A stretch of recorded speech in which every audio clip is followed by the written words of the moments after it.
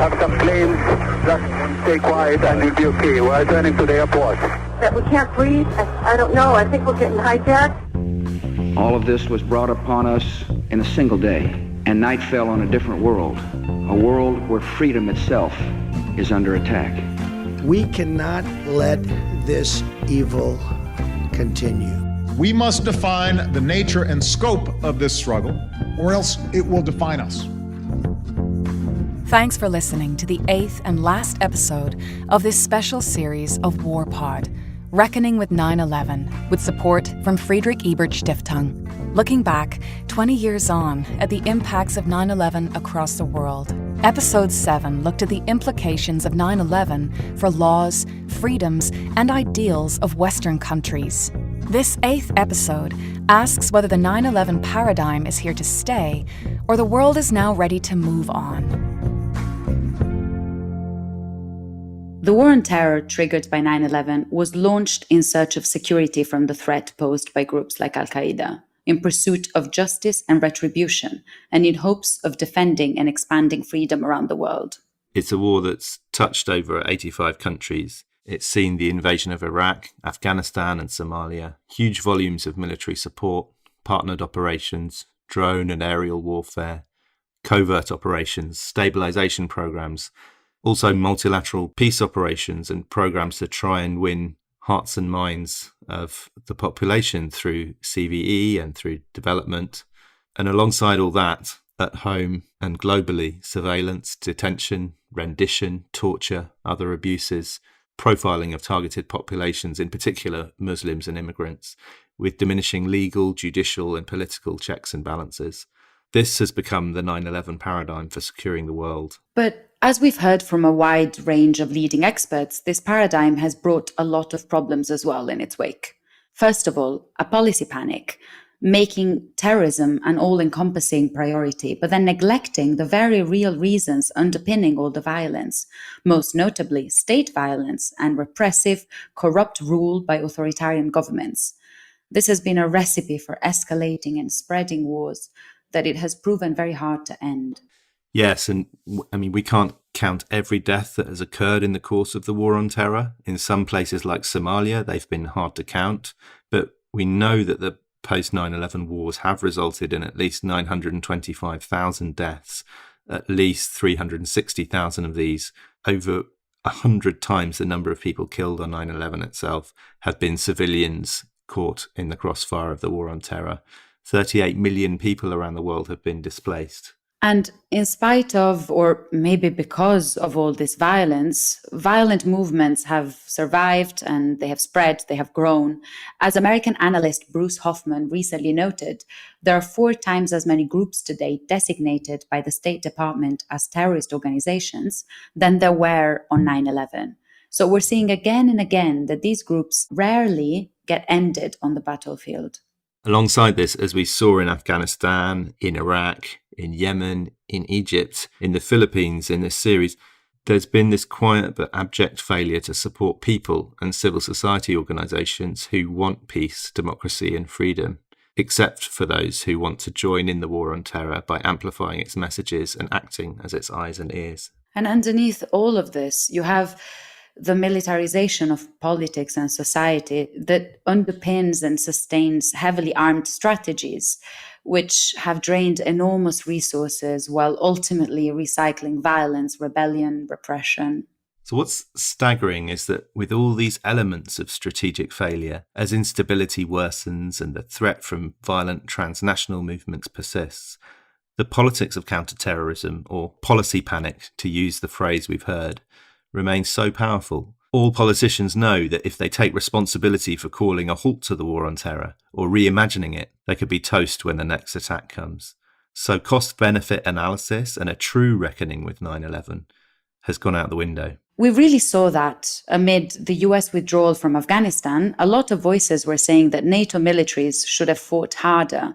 They should have fought more sincerely, trained their counterparts better, or stayed longer, or blaming the Biden administration for a failure whose details might have been managed much more differently, but whose ultimate course, as we heard in episode 2, was surely set a long time ago. An example of this has been General H.R. McMaster, who has more or less called for the US to reinvade Afghanistan. I think it's time to reverse course, to recognize that we have put ourselves and the world at a much higher degree of danger by giving a country to the Taliban and allowing them to reestablish the Islamic Emirate of Afghanistan. And it's striking, of course, that so much of what went wrong in Afghanistan echoes the failures of Vietnam a generation earlier, and as Delina knows better than I do, is being mirrored again in the fresh mistakes Western governments are making today, right now in the Sahel, which the media is reliably touting as the latest frontline against global jihad, but where insecurity and repression has been getting worse and worse since counter-terror interventions and train and equip operations began in 2012. Despite all this, on the 20th anniversary of 9/11, President George Bush continued to assure veterans that the cause you pursued at the call of duty is the noblest America has to offer. You have shielded your fellow citizens from danger. You have defended the beliefs of your country and advanced the rights of the downtrodden. You have been the face of hope and mercy in dark places. You have been a force for good in the world. So 20 years in, this episode asks whether we are ready to learn lessons from 20 years of war on terror and whether there are ways to move on from the 9/11 paradigm. Joining us to discuss this are Rosa Brooks, who is Scott K. Ginsburg Professor of Law and Policy at Georgetown University and also author of the book, How Everything Became War and the Military Became Everything. Fionnuala Ní Aoláin, who is law professor at both Queen's University in Belfast and the University of Minnesota, where she directs the Human Rights Center and also is the UN Special Rapporteur on the promotion and protection of human rights and fundamental freedoms while countering extremism. How do you do it, Fionnuala? And Tom Parker, who is former British Security Service MI5 counter-terror officer and the author of Avoiding the Terrorist Trap, Why Respect for Human Rights is the Key to Defeating Terrorism. So starting with you, Tom, before we consider whether we can move on from the 9/11 paradigm, first, let's check ourselves a little. The series has been critical on the strategic failings and the ethical shortcomings of the post-9/11 war on terror. Are there elements of success or things that have worked that we are in danger of overlooking if we want to be balanced about the war's impacts? Yeah, actually, I think there is. There is a bit of a false dichotomy in the security world that one has to choose between strong security and effective human rights observance. And the reality, and I think one of the great lessons from the last 20 years is that law enforcement and security agencies have actually enjoyed tremendous success when they've stayed well within the human rights framework. Because what people tend to miss is that international human rights law is actually really quite remarkably permissive in many respects in what it allows states to do. States have a remarkable latitude to use a whole range of investigative tools from eavesdropping devices, surveillance tools, undercover officers, recruited assets, human sources, in pursuit of their investigations. And essentially, they're really only limited in international human rights law by the extent to which the tools that they used are defined in law, that they observe due process in the way that they use them, and that they use them in a manner that is reasonable, necessary, and proportional to the threat that they're trying to counter. And when states have stayed within that rubric, they've been pretty effective. I mean, you could look at the large number of successful prosecutions in the federal court system in the United States for terrorism offenses, and then set that against the very slow progress of the military commissions in Guantanamo, Cuba. The federal courts have actually dealt quite successfully with terrorism cases brought before them using the laws that were in effect, for the most part, before 9/11. They've proved to be an adequate tool to meet this threat. The same is true for intelligence and law enforcement agencies that have responded to terrorism within this rubric. We heard just last month the Director General of MI5, Ken McCullum, talking about how the security service, working with the British police, had actually prevented 31 late-stage terrorist attacks in the last 4 years. So I think one of the missing parts of the story about what has happened since 9/11 is how successful many international, many Western and North American security agencies have been responding to terrorism, actually when they've stayed within that human rights framework. Thanks very much, Tom. So that gives us a sense of some of the reasons why we might not be able to move straightforwardly on from the war on terror paradigm, is that obviously the threat from terror attacks is real and it can be effectively policed. And despite everything that clearly has gone wrong, you can't drop your guard on this. So things could easily get worse if you do. But that's linked in a way to what you've called in some of your writing the terrorist trap, Tom. As you've written, provoking an overreaction is terrorism 101. So if you look at how democracies have reacted to terror tactics and will react maybe to the next 9/11, it seems likely that we could easily go right back to where we started on the 12th of September 2001.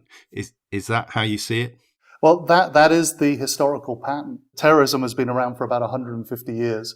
And if you go back and look at every historical iteration, more or less on every continent, you'll see that terrorists have always pursued their goals within the same basic doctrine. One aspect of that doctrine is provoking an overreaction, and they do that for a variety of reasons. One of which is to polarize society, another of which is to sort of have the government drive their constituents kind of into their arms because they've been alienated by the state security response.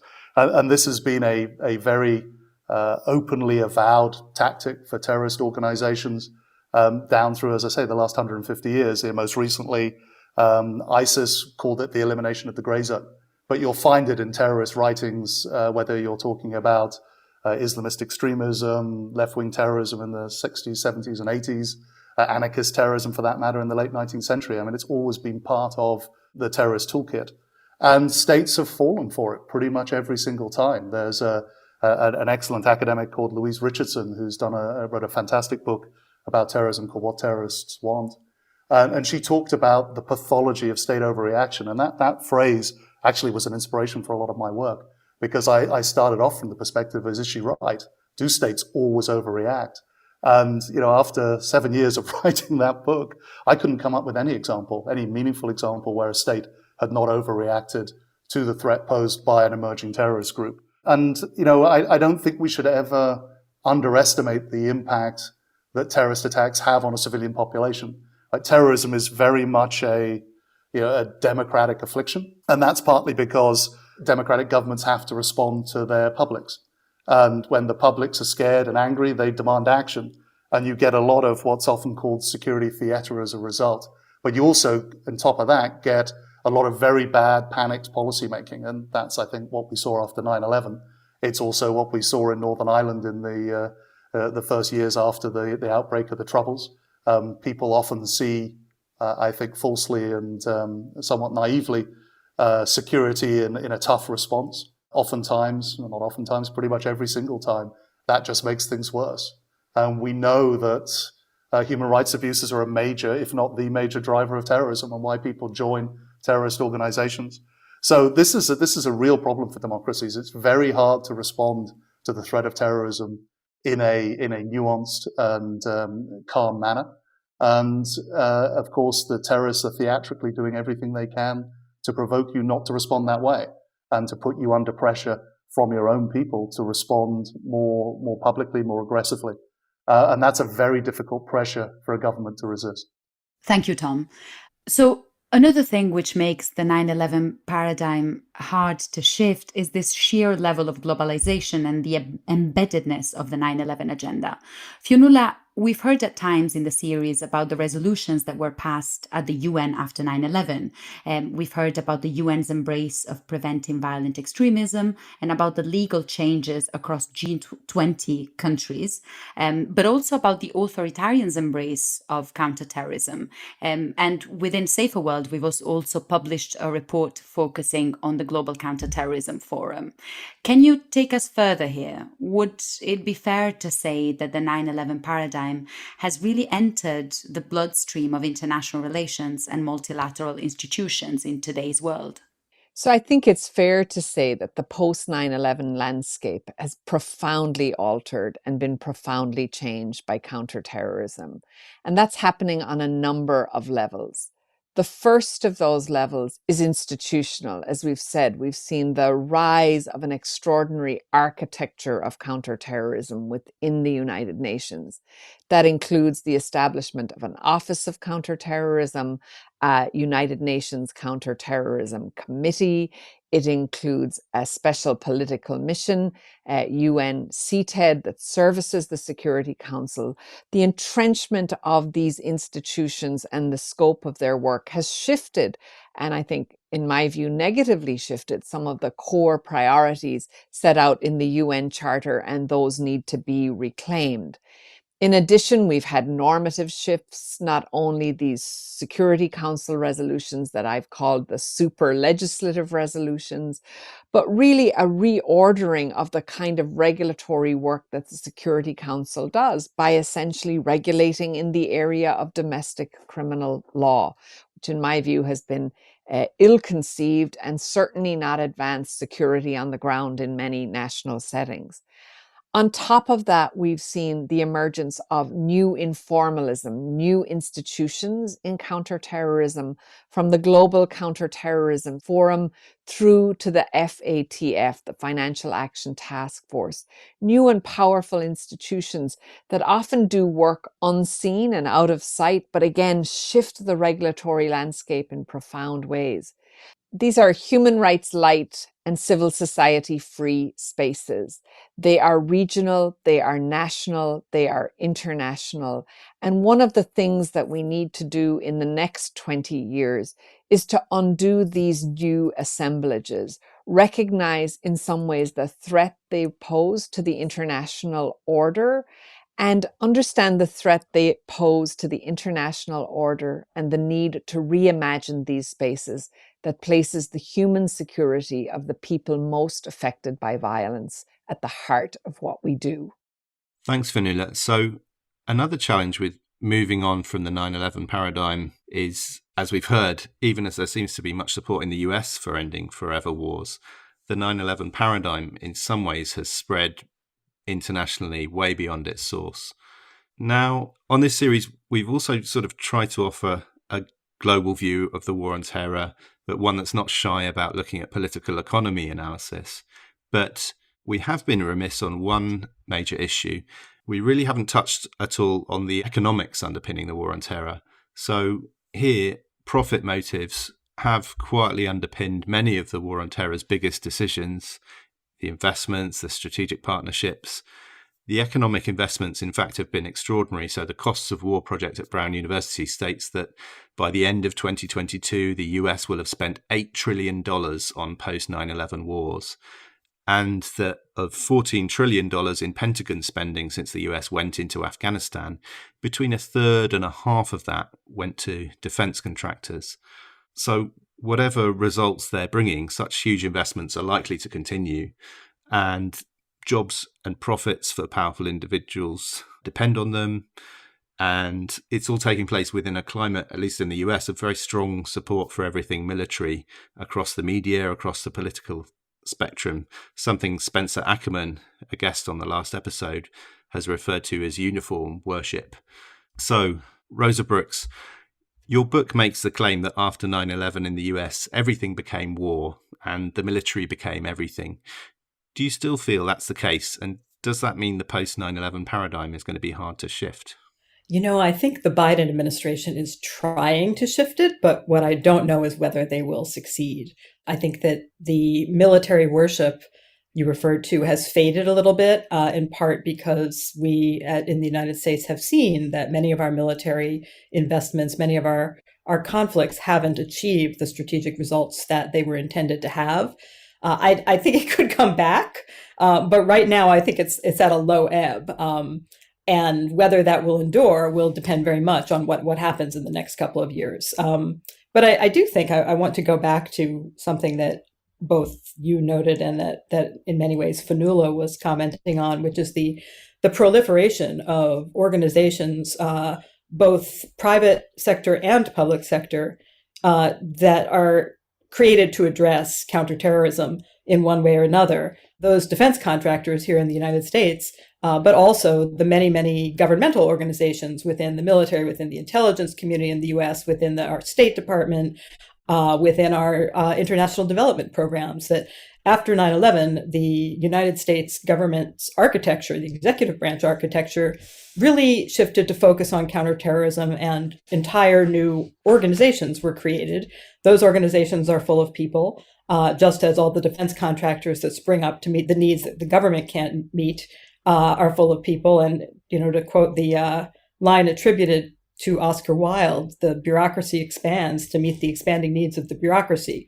It's not a giant conspiracy, but it does mean that you have all these people who spent their careers learning how, or at least they hope they were learning how, to do essentially one thing. And even if that one thing is no longer, or should no longer be, a national or a global priority, that's what they know how to do. And this is path dependence at its finest. They'll keep doing it. Unless it takes a whole lot to stop that machine once it gets up and running. Thank you, Rosa. So from all three of you, to varying degrees, we've heard troubling perspectives about how the politics and economics of the US and other Western countries, and also the embeddedness of these approaches across a world that is autocratizing, suggest that 9/11 paradigm, although it may evolve, will be very hard to move beyond.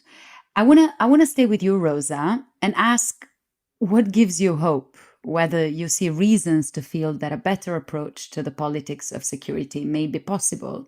And if you do, what might that look like? I do, but I also see continued reason for gloom. So let me talk about both.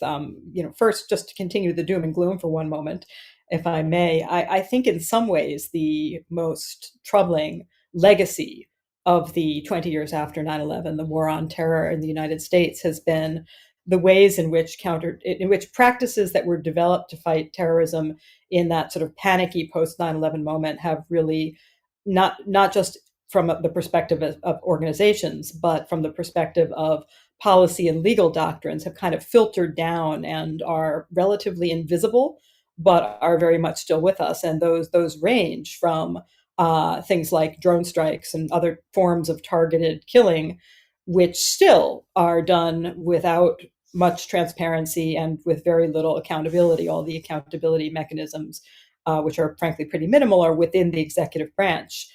We still have that. And indeed, the Biden administration's turn away from forever wars was fairly explicitly done by saying, we are not going to have hundreds of thousands of troops on the ground, but we are going to increase our targeted counterterrorism strikes, which, when done without transparency and accountability, can be pretty devastating for the rule of law. And I think that is staying with us. We've also seen that trickle down even into ordinary US courtrooms that are very far removed from counterterrorism in many ways, even in ordinary criminal law litigation or civil litigation by private citizens, where doctrines such as the state secret doctrines and increasing reliance on in-camera hearings or non-public hearings where one party or the general public can't be present, we've seen that expand far, far away from where it originally began and far, far removed from the original purposes that it began with. So all of those things, I think, they're invisible, which makes it harder to combat, because for the average American, you'll never notice them. But it's a really big shift, and it's really weakened the rule of law in the US, I think, since 9/11. I know you asked me to talk about the reasons for hope. I do think that, number one, for the United States, the past 20 years have been a lesson in humility, which is not such a bad thing. And to the extent that the takeaway from that for the US is, it is possible to waste $14 trillion and achieve remarkably little for that. And maybe we should be a little bit less quick to imagine that we can throw money or throw troops at a problem and solve it. So I think that has remained, and that's a good thing. And the other thing I think that has changed, and this goes back to something that Tom said earlier, I think we have realized much more, not entirely, but much more, the degree to which counterterrorism has much more in common with law enforcement and the work of detectives than it does with the military. That those plots in the UK that were thwarted, essentially they were thwarted by what amounts to good detective work. not by sending a battalion somewhere. And I think that's been true in the United States as well, that terrorism does remain a problem. It's not an existential problem.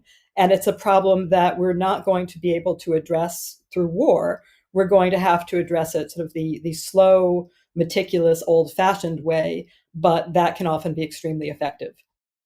Thank you, Rosa. So clearly it's not going to be easy, but there are reasons to believe some of the lessons of the last 20 years may be sinking in, and from that you can build. Let's bring Tom in on this question. I mean, Tom, we know you think there's a way to avoid the terrorist trap, as you've put it, because you've written a book about it. So do you agree with Rosa that there are ways forward? And what for you would a viable alternative to the 9/11 paradigm actually look like? I'm actually in 100% agreement with Rosa. I do think the law enforcement paradigm is the most appropriate response to terrorism. And I think you see a very interesting difference in the way that the United States, for example, has responded to the threat from right-wing terrorism in quite a measured manner using law enforcement tools. And that's a stark contrast to the way it responded to the threat of Islamist terrorism. And one can unpack that, and one could look at how easy it is to demonize the other, and how much more complicated it is to deal with a very large segment of your own society. But I think we do see some hope in that. I think thing that's very, very clear, and again, as Rosa articulated so well, is that, we've learned the hard way that, you can't do terrorism from 10,000 feet. You can't kill your way to victory.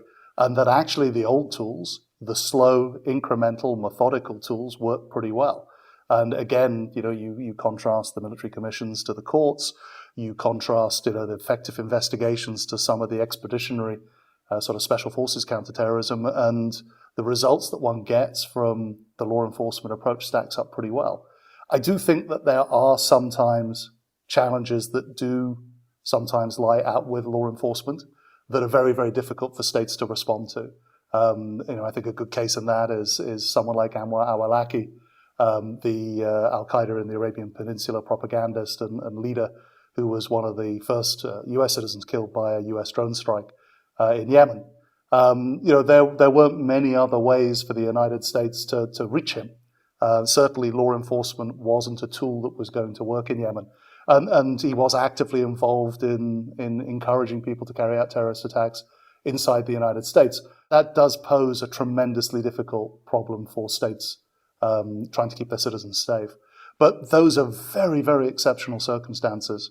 And the vast majority of cases that we see, particularly within the domestic context, law enforcement tools, the human rights framework, it gives you all the latitude you need to respond effectively.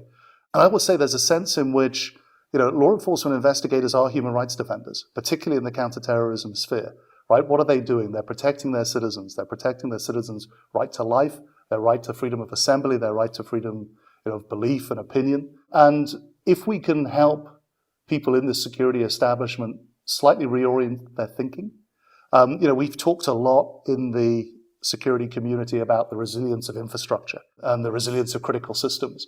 But we haven't spent really any time at all talking about the importance of the resilience of values. And that's a conversation that I would like to see us having more and more. And I think Rosa's right. The failures in Afghanistan and Iraq, and sadly that's what they are, they have created the space to have a more critical conversation about what works and doesn't work. And I'm hoping that will lead people back to understanding the tools that are most effective. And those are the good old-fashioned tools that have worked quite well. But they're incremental and they're slow, and they require people to work with patience and dedication over a long period of time. If we return to those tools, I think we'll enjoy greater success. Thank you, Tom. And also thank you for mentioning something that is an exception and is often treated as the rule. I want to turn to you now, Fionnuala. If we want to build a world that no longer needs the 9/11 paradigm, what do you think it should look like, and how can we get there? I think we start by, there are a number of almost simultaneous questions you have to hold in the same space. And the first is the question of, does any of this work? I have been, like Tom, enormously challenged by the ways in which we fail in counterterrorism, whether it's nationally or globally in this global architecture, to do almost any monitoring and evaluation, to have any data points on whether or not these enormous amounts of both structure, norm, and spending actually result in safer and more secure societies. So I'm also a really big believer in how would it look different? Well, it would look different if we evaluated in a systematic and scientific way, as we do in many other areas of governmental policy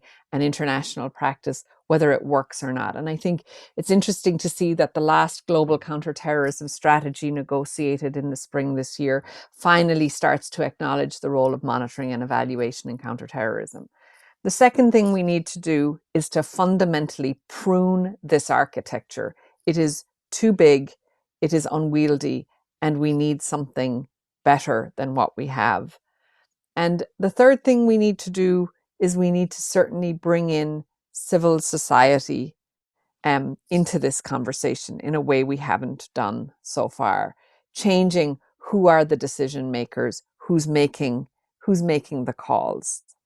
And another key part of this is reframing who are the key stakeholders to bring us to successful security and safe and holistic security. And at the heart of that is ensuring that civil society are part of the conversation about security, that the people who are most affected by security are the ones who are at the table defining what security means and the kinds of methods and means of addressing security in their communities is not a top-down, but a bottom-up conversation. So when we put all this together, we need three things. We need significant monitoring and evaluation and asking the hard questions if any of this works, and then directing policy to follow from that. We need a significantly pruned counterterrorism architecture. And we need the engagement of civil society and those who are the stakeholders, the fundamental and key stakeholders to producing better security policy as an integral part of these conversations. Thanks so much to all our guests, Tom, Rosa and Fionnuala, for sharing those insights with us. Reckoning with 9/11. So we've reached the end of the series. It's time to wrap up and draw conclusions. There are many reasons to fear that in spite of the track record of the war on terror, the 9/11 paradigm could be with us for some time to come. Yeah, and for one thing, other factors like COVID, for example, have added to the infringements on civil liberties and rights around the world. Then we have the economics, how the war on terror, enormous military spending, defence contracts, arms sales, they all remain big business for elites who are close to government in turbulent economic times when jobs are very important to people. Yeah, and another challenge is that although it's easy to see how all the options tried in the war on terror have either failed or made the situation worse, it isn't very clear how we can address terror threats and instability or get governments around the world to start treating their people better. Although our guests today have given us some good pointers and ideas, like the Global Fragility Act, which suggests growing openness to new approaches, there are no silver bullets to tackling the post-9/11 era. Yeah, and I mean, for me, the biggest problem of all is in this space between political leaders, the media and the public, where the terror threat gets inflated, politicians act tough to gain power, and there's simply no accountability that's functioning at the moment for the abject failure of bad approaches to the war on terror. And I mean, I think this is an area where politicians have some responsibility to be more courageous, explaining that the war on terror will never be completely won, terrorism will never be completely eliminated, and anyone who says otherwise is lying. But the threat can be minimized by adopting a more proportional strategy that actually makes sense. And to be effective, the strategy, I suppose, would surely have to be largely non-military, would have to involve law enforcement approaches that respect rather than undermine human rights, as we've heard today, but all along the series.